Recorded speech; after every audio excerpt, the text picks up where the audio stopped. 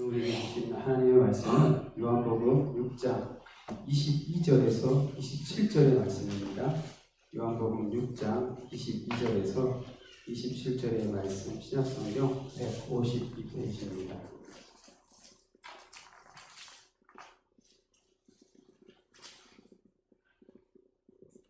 제가 봉독해 드리겠습니다. 이튿날 바다 건너편에 서 있던 무리가 배 한 척 외에 다른 배가 거기 없는 것과 또 어제 예수께서 제자들과 함께 그 배에 오르지 아니하시고 제자들만 가는 것을 보았더니, 그러나 디베라에서 배들이 주께서 축사하신 후 여럿이 떡 먹던 그곳에 가까이 왔더라. 우리가 거기에 예수도 안 계시고 제자들도 없음을 보고 곧 배들을 타고 예수를 찾으러 가버나움으로 가서 바다 건너편에서 만나 랍비여 언제 여기 오셨나이까 하니, 예수께서 대답하여 이르시되 내가 진실로 진실로 너희에게 이르노니 너희가 나를 찾는 것은 표적을 본 까닭이 아니요 떡을 먹고 배부른 까닭이로다. 썩을 양식을 위하여 일하지 말고 영생하도록 있는 양식을 위하여 하라. 이 양식은 인자가 너희에게 주리니 인자는 아버지 하나님께서 인치신 자니라. 아멘.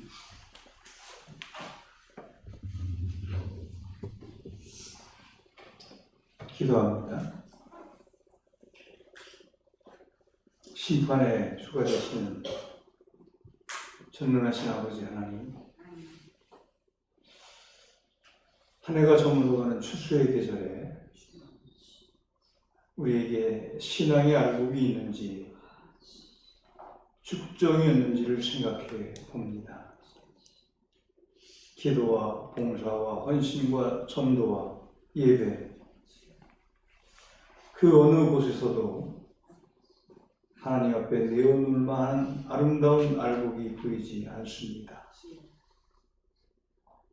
겉모양은 갖추었으나 내실이 없는 저희들의 신앙생활은 쭉정이와 같았습니다. 하나님의 심판을 견디지 못하고 바람에 날리며 불에 타버리지 않을까 두렵기만 합니다. 자비로우신 하나님, 저희들을 긍휼히 여겨 주시옵소서. 얼마 남지 아니한 2024년도 끝까지 최선을 다하는 삶을 살게 하여 주시옵소서.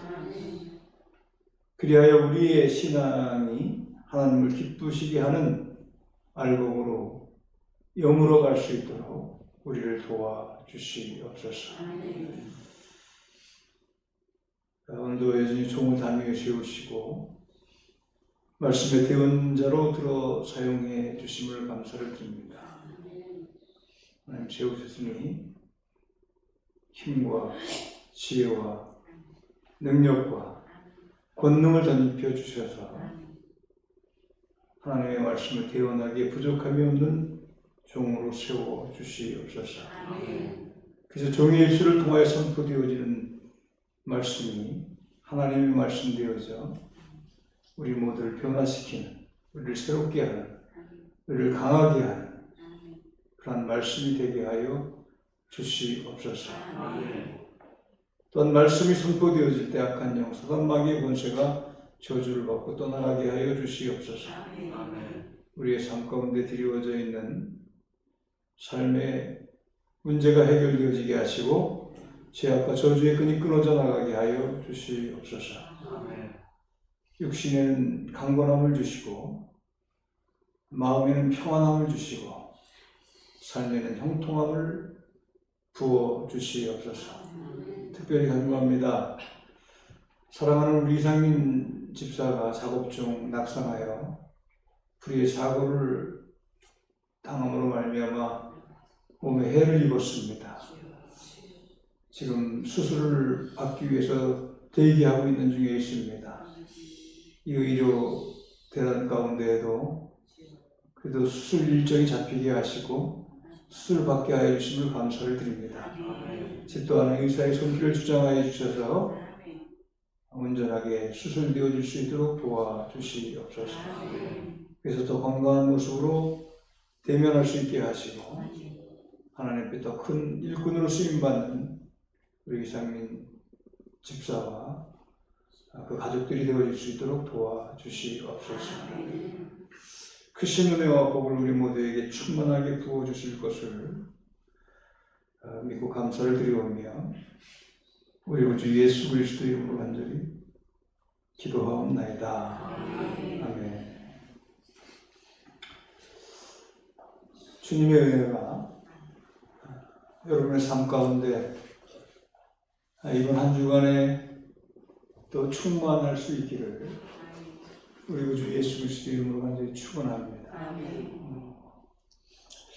요한복음 6장에는 여러 가지 사건이 기록되어지고 있습니다. 오병이어의 사건 잘 아시는 내용이죠. 주님께서 주님의 말씀을 듣게 모인 많은 무리들을 소년이 가지고 있는 물고기 덩어리와 떡 5덩이를 가지고 다 먹이시고 12광주리가 남는 사건. 그리고 이어서 제자들이 바다를 건너고 있을 때 큰 풍랑을 만나게 되어지고 위경에 빠져 있을 때 예수님께서 무리를 걸어오셔서 그들을 살려주신 사건이 기록되어졌습니다. 그리고 오늘 말씀의 내용이 이어져서 예수님을 찾는 무리들에게 전해지는 내용이 오늘 본문의 말씀입니다.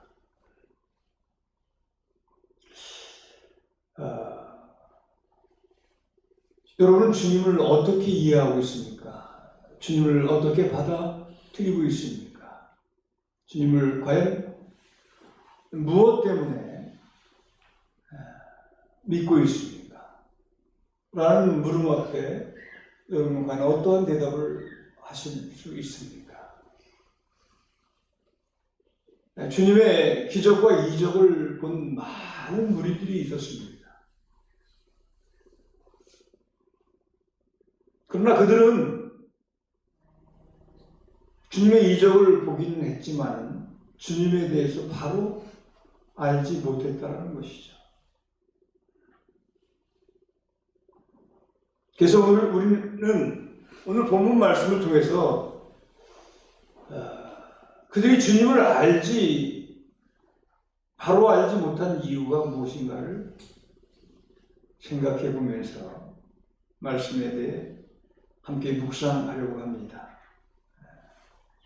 주님께서 오병이어의 기적을 행하신 후에 많은 사람들이 주님을 따라다녔습니다. 그러나 주님께서는 예수님을 따르는 그들이 진정으로 당신을 알아보지 못한다라고 말씀을 하고 계시는 거예요.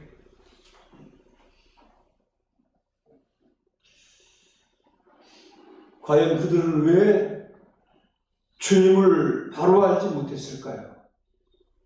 한번 생각해 보아야 할 문제라고 생각이 되어집니다. 그리고 나는 과연 주님을 어떻게 알고 있는지에 대해서 나 자신의 모습을 다시 한번 점검해보는 시간이 되어질 때 그것이 여러분의 큰 은혜가 되어질 줄 믿습니다. 그래서 오늘 본문 말씀을 통해서 우리 자신을 되돌아보고 예수 그리스도에 대해서, 주님에 대해서 더 깊이 알 수 있는 시간이 되어지기를 소망해 봅니다. 할렐루야. 6장에서 오병이어의 사건을 통해서 주님은 문제의 해결자이심을 보여주셨어요. 그리고 풍랑의 위경 앞에 있는 제자들을 건져주시면서 예수님은 함께 해주시는 예수님이라고 하는 사실을 나타내 보여주셨습니다.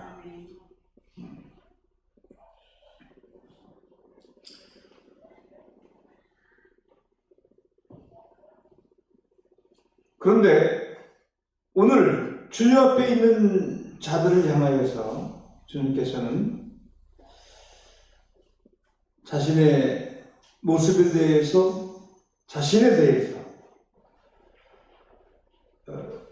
깨닫지 못하는 이유가 무엇인가에 대해서 주님께서 친히 설명해 주셨어요. 그들이 주님을 바로 알지 못하는 첫 번째 이유가 무엇이었는가 하면은 예수님이 보여주신 표정만을 보고 예수님을 찾기 때문에 그들은 그 표적 뒤에서 그 표적을 행하시는 예수님을 바로 아는 것이 아니라 그 표적만을 바라보고 있다는 것이죠. 이 말씀을 재해석해 보면은 예수님을 찾는 이유가 무엇인가를 우리가 발견할 수 있습니다. 그 무리들이 왜 예수님을 찾았는가? 그 이유는 떡을 먹고 배부른 것과 표적을 본 까닭이었다는 것입니다. 그들은 예수님이 일으키는 기적을 놀라워하고 또 예수님을 쫓아다니면 떡을 배불리 먹을 수 있다고 하는 것에 대해서 감사하면서 그분을 따랐다는 것이죠. 물론 예수님께서 이 땅에 오셔서 영적인 문제만 해결하기 위해서 오신 것이 아니라 그의 행적을 살펴보면 우리의 육적인 문제도 해결해 주시는 모습이 계세요. 물론 예수님은 육적인 문제도 소홀히 여기시지 아니하시고 또 영적인 문제도 소홀히 하지 아니하시는 분임을 우리가 예수님에 대해서 바로 묵상한다고 한다면 깨달을 수 있겠죠.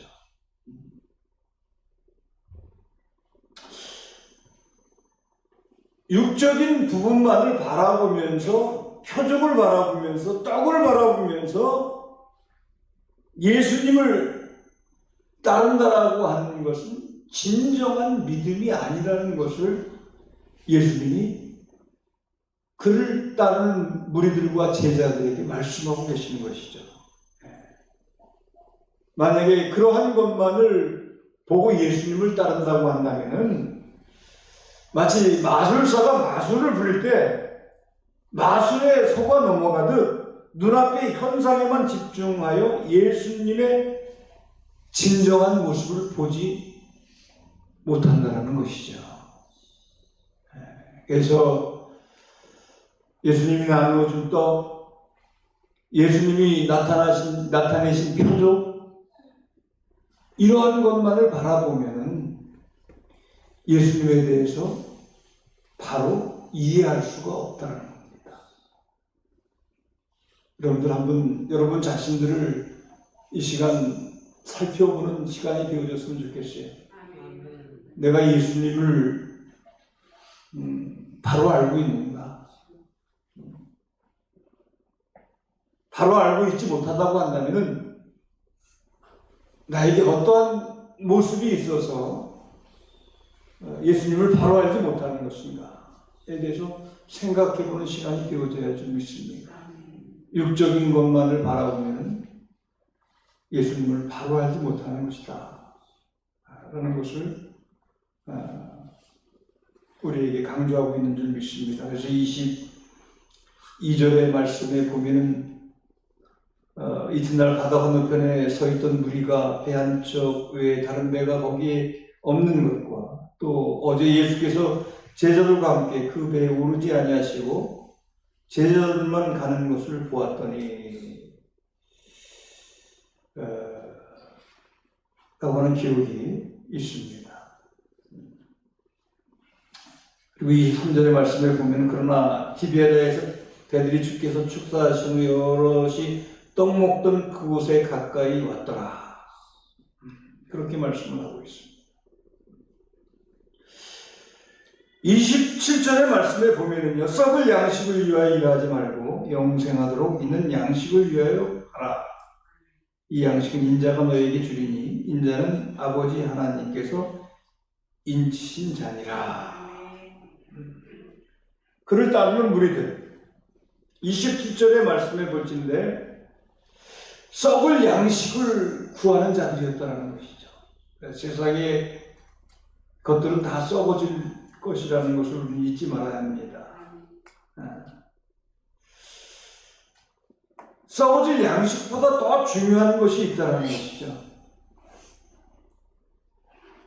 그것이 바로 무엇인가 하면은 영적 양식인데, 그 영적 양식은 무엇인가 하면은 우리에게 영원한 생명을 가져다 줄 수 있는 하나님의 말씀이라는 것입니다. 근데 그를 따르는 무리들이 이 영원한 양식에는 관심이 없고 썩어질 양식에만 관심이 있게 되어지고 그것을 더 중요하게 여겼다라는 것이죠. 이것을 더 확대해서 표현한다고 한다면 예수님을 따르는 무리들이 예수님을 따르면서 얻고자 하는 것이 그러한 것들이었다는 겁니다. 물질적인 풍요,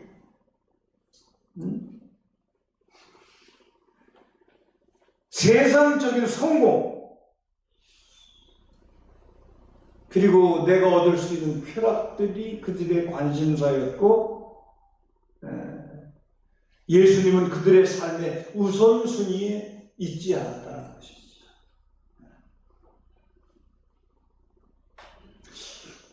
이 말씀을 통해서 우리는 우리의 모습을 철저하게 되돌아보는 시간이 되어져야 할 줄 믿습니다. 내가 예수를 찾는 이유가 과연 그들과 다른가 다르지 않은가를 한번 고민해 보는 시간이 되어져야 할 줄 믿습니다. 내가 예수님을 찾는 이유가 물질적인 풍요 때문이 아닌가, 세상적인 성공을 주실 것을 기대하며 따르는 것이 아닌가, 또 다른 쾌락을 얻기 위해서 예수님을 찾는 것이 아닌가, 우리는 우리 자신을 되돌아보는 시간이 되어줘야 할 줄 믿습니다. 할렐루야. 그래서 그들이 예수님을 바로 알지 못하는 첫 번째 이유는 표적을 보고 예수님을 찾았기 때문이고, 두 번째는 썩을 양식을 구하려고 예수님을 찾았기 때문에 예수님을 그들이 바로 알지 못했다는 겁니다. 그리고 세 번째 이유는요, 그들은 영적인 눈이 감겨져 있었다는 겁니다. 사람들은 예수님의 말씀을 듣고도 그 의미를 제대로 이해하지 못했다는 것이죠. 예수님이 그들에게 오셔서 그들을 치료해 주시고 그들의 필요를 공급해 주시고 말씀하셨어요. 근데 그들은 예수님께서 채워주신 필요만을 바라보았지, 예수님께서 그들에게 진정으로 말씀하시는 핵심은 깨닫지 못했다는 것이죠. 여러분들이 신앙생활을 하고 예수 그리스도를 구주로 고백하면서 살아가고 있을 텐데, 여러분의 그러한 모습들은 과연 무엇 때문인가를 한번 되짚어 볼 수 있는 그런 귀한 시간이 되어져야 할 줄 믿습니다. 할렐루야. 그래서 내가 신앙생활을 하는 의미를 한번 되새겨 봐야 돼요. 내가 무엇 때문에 신앙생활을 하고 있는 것인가.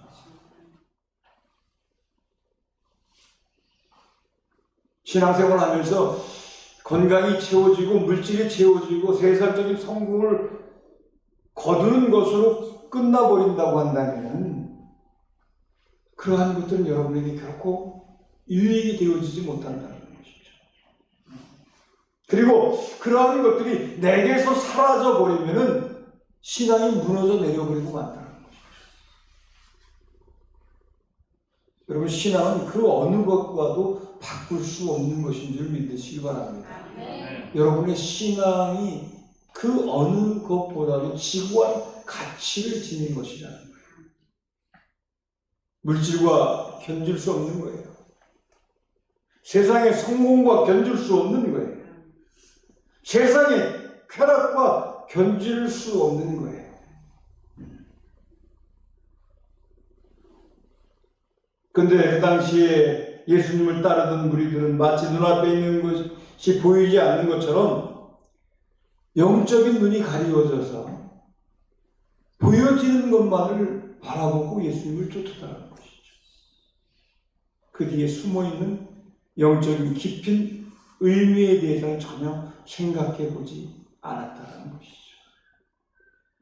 그래서 진리를 바로 구별하지 못하는 어리석은 우매한 군중이 되어져 버리고 말았고, 그들은 결국 예수님이 팔려가고 십자가에 달릴 때 조롱하고 핍박하고 돌을 던지는 무리들과 합세하는 어리석음의 죄를 범하는 자들이 되어지고 마는 것이죠. 이러한 현상, 그때 당시만 있는 것이 아니라 오늘날도 마찬가지인 줄을 믿으시기를 바랍니다. 우리의 모습이 그러한 과거 그들의 모습과 별반 다르지 않을 때가 너무나도 많다는 것이죠. 그래서 우리는 때때로 보이는 것, 그리고 손에 잡히는 것, 이러한 것들에만 집중하며 살아갈 때가 너무나 많다는 거죠. 그래서 신앙생활하는 이유가 물질적인 풍요 때문이고 세상적인 성공을 꿈꾸기 때문이고 쾌락을 추구하고 있다는 것입니다. 여러분, 물질적인 풍요, 세상적인 성공, 쾌락, 이러한 것들은 결국에는 우리에게 영원한 만족을 가져다 주지 못한다는 겁니다.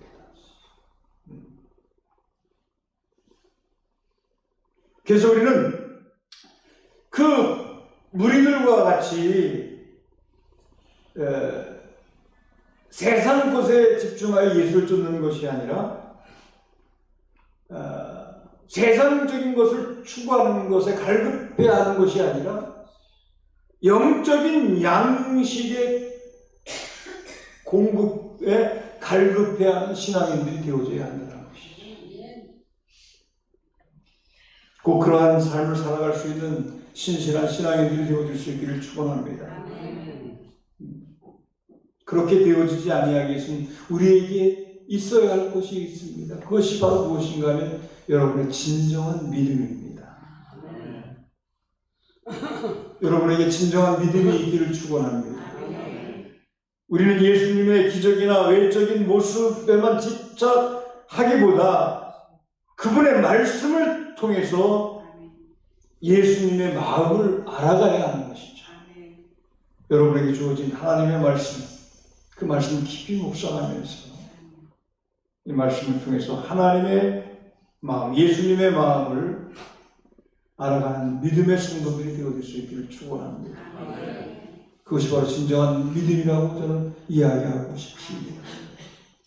그리고 그렇게 되어지지 않기 위해서는 여러분들이 날마다 영적으로 성장해 나가는 신앙인들이 되어져야 합니다. 할렐루야. 그래서 영적인 눈을 뜨고 세상을 바라보는 신앙인이 되어져야 하는 줄 믿습니다. 세상적인 시각을 가지고 주님을 바라보는 것이 아니라 주님의 마음을 간직하고 영적인 눈을 떠서 세상을 바라보는 신앙인들이 되어져야 돼요. 그래야 바른 분별력을 가지고 살아갈 수 있는 신앙인이 되어질 수 있다는 겁니다.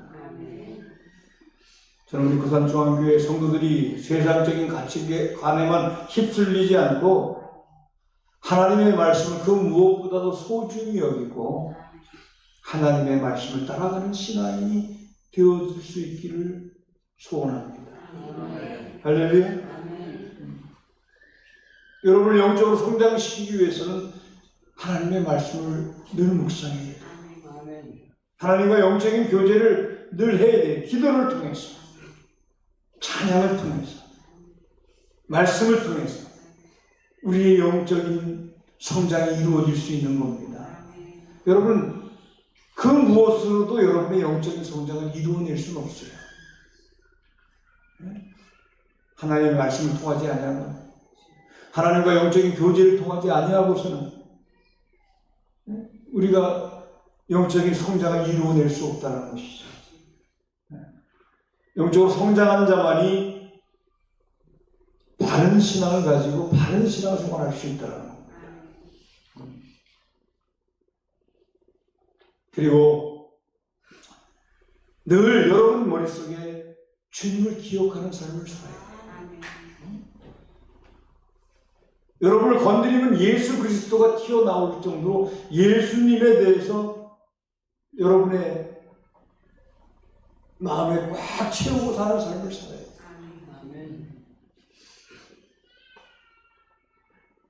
여러분, 예수님과의 관계를 올바로 하며 살아갈 때 진정한 만족이 있는 줄 믿으시기 바랍니다. 예수님과 진정한 관계를 유지하고 살아갈 때 여러분에게 진정한 행복이 주어지는 줄 믿으시기 바랍니다. 세상적인 시간을 가지고 살아가면 여러분 늘 갈급할 수밖에 없어요. 불만족할 수밖에 없어요. 그러나 여러분이 예수님과 긴밀한 관계를 가지고 살면 세상이 가져다 주지 못하는 만족이 여러분의 마음을 주장할 줄 믿습니다. 세상이 가져다 주지 못하는 행복이 여러분의 삶을 주장할 줄 믿습니다.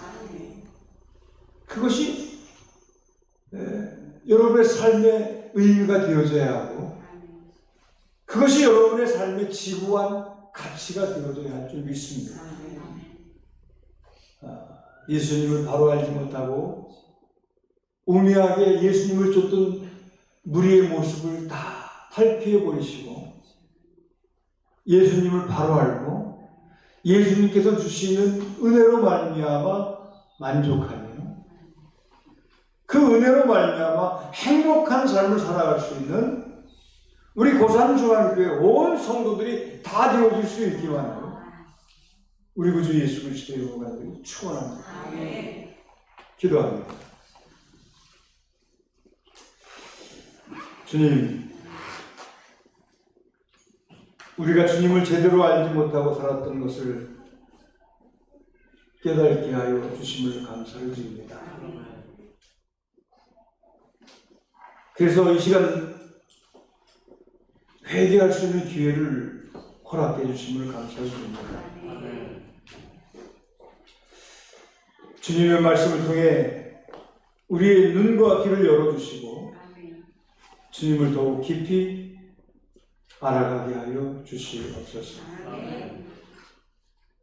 우리의 삶의 중심에 주님을 두고 주님의 뜻대로 살아가게 해 주시옵소서. 거룩하신 우리 구주 예수 그리스도 이름으로 기도하옵나이다.